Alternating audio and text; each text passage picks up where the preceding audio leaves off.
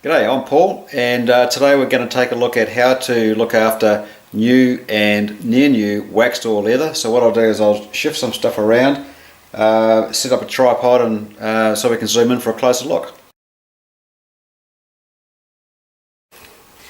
Right, yeah, so what I've got here for demonstration purposes is a new piece of waxed or leather, just a bit of an offcut there, and as you can see the dye is still intact, it hasn't faded. And it has a good layer of waxes and oils in there, so it looks pretty good.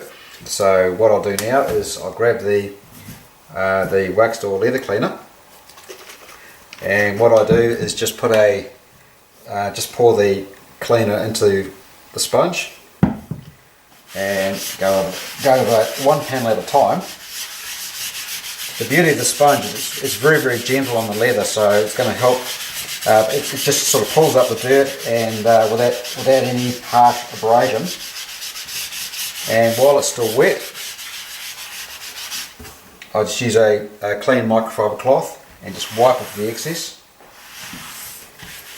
So there we have it. So what I'll do now is I'll just let this dry naturally, and then we'll come back to step number 2. So here's a helpful tip.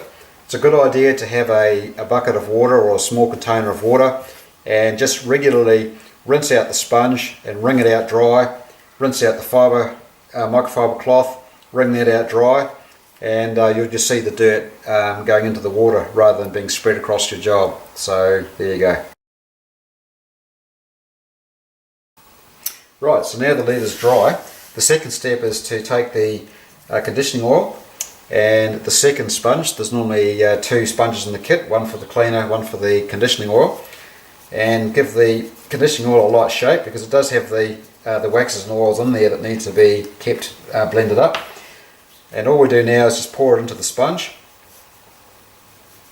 just sucking it in there and just wiping it on over the surface of the leather, again one panel at a time. So you can see I'm putting it on quite liberally, and then I'm just spreading it out evenly, and that's it. Very simple. On new leathers, I would just put one application of this conditioning oil on there because it really doesn't need a lot. So that's it. So what I'll do now is I'll cut away, let this dry, and we'll come back once this has dried off.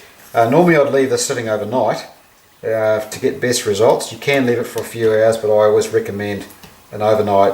Just leave it overnight and don't use it. And that just gives the waxes and oils a chance to soak into the leather. This is the same waxes and oils that they use when they make waxed or leather in the tannery, so it does a really good job.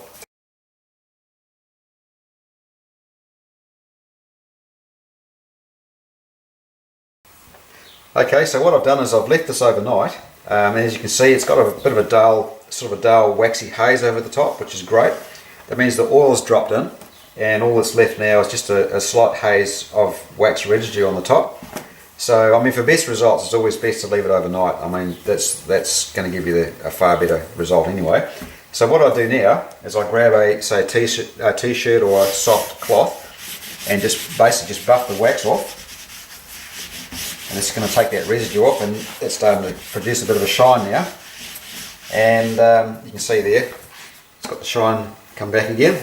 Now for a final step, what I do now is take the wax finish and the cloth provided in the kit and just wipe it on evenly over the whole surface. Again, just doing one panel at a time.